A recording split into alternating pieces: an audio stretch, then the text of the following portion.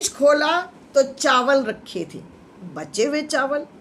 ये तो गलत बात है। थोड़े बहुत बच जाते हैं, ठीक है, अंदाजा होता है कटोरी का या गिलास का।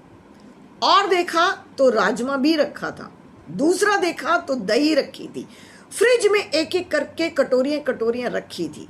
लेकिन कमला जी की आदत थी कि वो कभी भी किसी भी चीज़ की टोका टाकी रसोई में नहीं करती थी। दोपहर का खाना बचा था, शाम को काम आ जाएगा, और इसको किसी और रूप में बहू इस्तेमाल किया कर लिया करती थी। अब उन्होंने शाम के खाने की जैसी तैयारी की, कमला जी हमेशा कोई ना कोई सब्जी धोकर काट के टेबल पर रख दिया करती थी। वो छोटी मोटी मदद हमेशा बहू की करती थी। इससे दो ही फायदे होते थे कि बहू का टाइम बच जाता था और कमला जी बैठे बैठे थोड़ा बहुत हाथ पैर चला लिया करती थी। चटनी बनाने का सामान काट कर रख दिया था, और जब बहू आई थी तो उन्होंने बड़े प्यार से समझाया था, सुनो रूबी, आज एक काम करना है। मैंने थोड़ी सी लंबी प्याज काट दी है, इनको फ्राई करके चावल को फ्राइड राइस बना लो।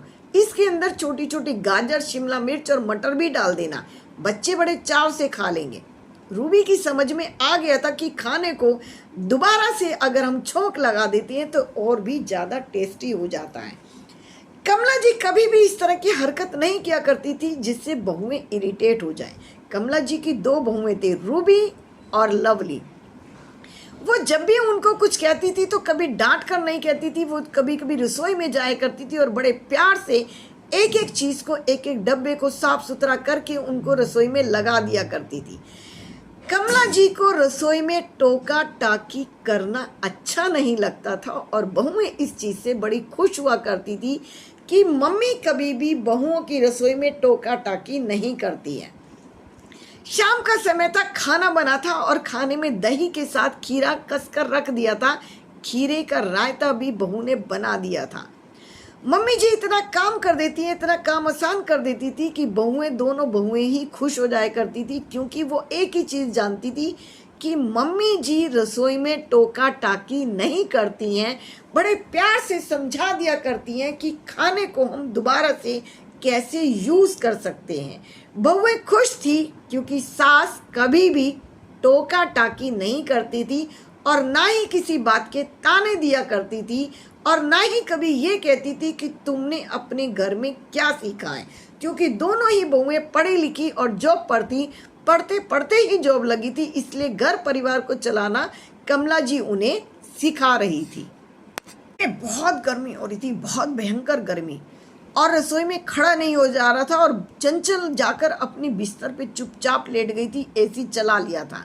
अब कमला जी को समझ नहीं आ रहा था कि ये इसको क्या हो गया है। अभी अभी तो ये ठीक ठाक घूम रही थी, अब ये क्या हो गया। और रूबी अपने मायके जा चुकी थी। अब खाना किसको बनाना था, अपना भी, किशनलाल जी का भी, बेटे का भी और बहू का भी। कोई बात नहीं, आज मैं बना लेती हूँ। जब पूरे महीने ये बहुएं लगी रहती हैं तो एक दिन बनाने में मुझे क्या दिक्कत हो जाएगी। कहकर कमला जी रसोई में गई थी और उन्होंने हल्का फुल्का खाना उसमें बना दिया था। एक थाली में सजाकर बहू के कमरे में लेकर गई थी। बेटा कोई बात नहीं, आज तुम्हारी तबीयत खराब है, कोई बात नहीं, ये खाना खा लो। और चंचल ने बैठकर खाना खा लिया था। और उसके 2 दिन के बाद फिर बहुत ज़्यादा गर्मी थी और उसकी नंद भी घर में आ गई थी। अब नंद को देखते ही जैसे उसका पूरा मूड खराब हो चुका था। एक तो भाभी यहाँ पर नहीं है, रूबी अपने घर चली गई है, रसोई में संभालती नहीं हूँ, गर्मी में मेरे से काम होता नहीं है, और ये नंद मुंह उठाकर जब इसका मन करता है चली आती है। पास में रहने का मतलब ये तो नहीं होता है कि वो रोज़ रोज़ हमारे घर में आके बैठ जाए। जब मन करता है अपने बेटे का हाथ पकड़ती हैं और शाम को चली आती हैं, फिर 2 दिन रुकती हैं, फिर चली आती हैं। अब रसोई में घुसना तो मुश्किल हो गया, और मम्मी जी इनको कुछ कहती भी नहीं है। फिर सिर बांधकर पड़ गई थी। अब फिर कमला जी ने कहा था, ये आज फिर इसको क्या हो गया, आज फिर इसको कुछ चक्कर से आने लग गए, फिर इसको गर्मी लग रही है। कोई बात नहीं बेटा, मैं बना लेती हूँ। अपना और बेटी का और बहू का सबका खाना बना गया था, लेकिन अब उन्हें समझ में आने लगा था कि ये तो इसका बार बार का कुछ हो गया है। जब भी कोई आता है, जब भी गर्मी होती है, इसे चक्कर आने लगता है। किशनलाल जी से बात करी थी, सुनते हो जी, मुझे समझ नहीं आ रहा, इसको कोई बीमारी है, कोई परेशानी है, चलो इसको डॉक्टर को दिखा कर लाते हैं, कहीं इसको गर्मी में कोई दिक्कत तो नहीं हो रही है। दोनों डॉक्टर के दिखा कर लाए थे और उन्होंने कहा था बहू को कोई दिक्कत नहीं है, इसको विटामिन की गोलियां दे दीजिए और ग्लूकोन डी पिला दीजिए। गर्मी लगी और कोई कारण नहीं है। अब सास समझ चुकी थी कि बहू को चक्कर काम को देख कर आते हैं, गर्मी को देख कर आते हैं, या कोई आता है तब देख कर आते हैं। बहू सास ने भी फैसला कर लिया था, इस बार अगर कोई आ गया तो वो काम नहीं करेंगी। सास ने भी रिश्तेदारों के आने पर चुपचाप कमरे में चली गई थी और बहू ने अकेले काम किया था।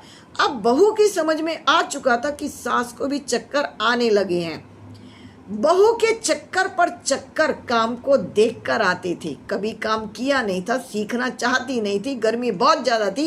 एग्जॉस्ट फैन भी रसोई के अंदर नहीं था। किशन लाल जी ने कह दिया था इस बार रसोई में एग्जॉस्ट फैन लग जाएगा तो बहू को चक्कर आने बंद हो जाएंगे।